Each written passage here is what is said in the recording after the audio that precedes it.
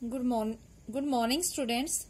आज जो है हम अपना चौथा सवैया जो आपका लास्ट सवैया रहता है वो कंप्लीट करेंगे। तो वो कंप्लीट करने से पहले फिर मैं आपको बताती हूँ कि अनुप्रास अलंकार का प्रयोग हुआ है, सवैया छंद का प्रयोग हुआ है और ब्रज भाषा का जो है प्रयोग हुआ है। ब्रज भाषा, ठीक है। अब देखो लास्ट सवैये में क्या कहती है, एक गोपी जो है दूसरी गोपी से कहती है। इसमें जो है श्री कृष्ण की मुरली की प्रभावशीलता की, उनका प्रभाव इतना है कि उनकी मुरली की धुन सुनकर सब जो है उनकी तरफ आकर्षित हो जाते हैं। उनकी तरफ आकर्षण इतना है कि वो आकर्षित होकर उनकी तरफ खींचे चले जाते हैं।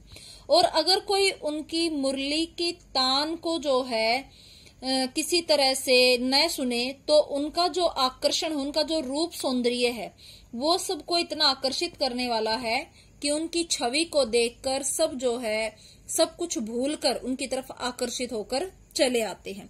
तो यहाँ पर एक गोपी जो है दूसरी गोपी को कहती है, काननी दई अंगूरी रहीबो। काननी कानों में, काननी का अर्थ क्या है, कानों में।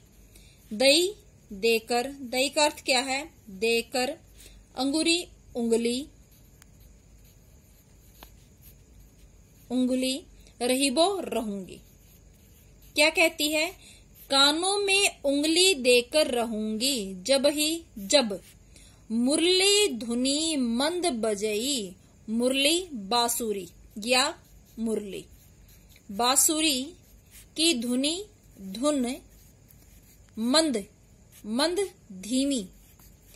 जब जो है बांसुरी की धीमी आवाज सुनाई देगी या जब बांसुरी जो है, मुरली जो है धीमी बजेगी, तब वो जो है अपने कानों में उंगली डाल लेगी। अर्थात वो जो है श्री कृष्ण की मुरली की उस मधुर धुन को नहीं सुनेगी। क्यों नहीं सुनेगी? क्योंकि अगर उसके कानों में वो धुन पड़ गई तो वो श्री कृष्ण की तरफ आकर्षित होकर खींची चली जाएगी। मोहिनी तानन, मोहिनी का अर्थ क्या है, मन को मोह लेने वाली, मन को मोह लेने वाली।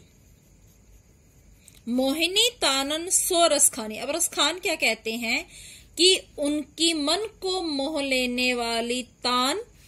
अटा चढ़ी गोधन गही तो गही। अटा अटारी अर्थात छत का सबसे ऊपरी भाग, उसे हम क्या कहते हैं, अटा। चढ़ी चढ़कर।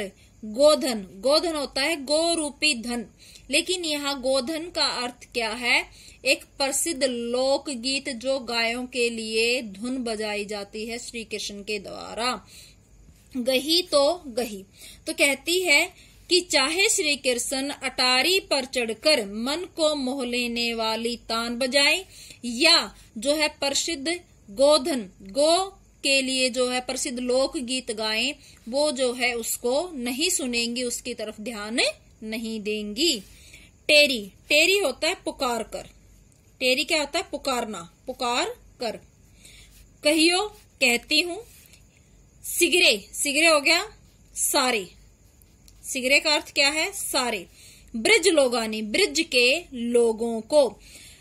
गोपी कहती है कि मैं जो है पुकार कर ब्रज के सभी लोगों को कहो, कहती हूँ।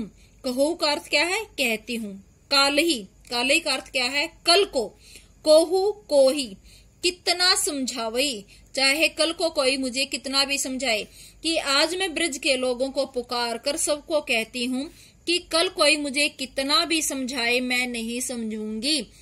ये जो है यहाँ जिस तरह से एक लड़की जो है अपने मन के ऊपर जो है किसी तरह से वश करके जो है अपने मन को जो है दबा कर रखती है, उसी तरह से गोपी भी कहती है कि मैं जो है पूरी कोशिश करूंगी कि मैं अपने मन के ऊपर काबू पाऊं, लेकिन अगर मुझे श्री कृष्ण के मायरी व मुख की मुस्कानी, अगर मुझे श्री कृष्ण के मुख की मुस्कान देख ली, अर्थात श्री कृष्ण अगर उनके सामने आ गए और उनकी वो मंद मंद हंसी, वो मुस्कान और उनका जो हो रूप सौंदर्य उसने देख लिया, संभारी न जाई, संभारी न जाई, तो संभाला नहीं जाएगा। वो कहती है कि मेरा मेरे ऊपर वश नहीं रहेगा, चाहे इसके लिए ब्रज के लोग मुझे दोष दें, चाहे मुझे कुछ भी कहें, किसी तरह का मुझे दोष दें या मेरे लिए कैसे भी शब्द जो है प्रयोग करें, मैं अपने ऊपर काबू नहीं कर पाऊंगी, अपने आप को संभाल नहीं पाऊंगी। मैं जो है श्री कृष्ण के उस मुख की मधुर मुस्कान को देखकर, उनके रूप सौंदर्य को देखकर जो है अपने आप को संभाल नहीं सकती। जहां तक हो सकता है मैं अपने मन को जो है वश में करने का प्रयत्न करूंगी।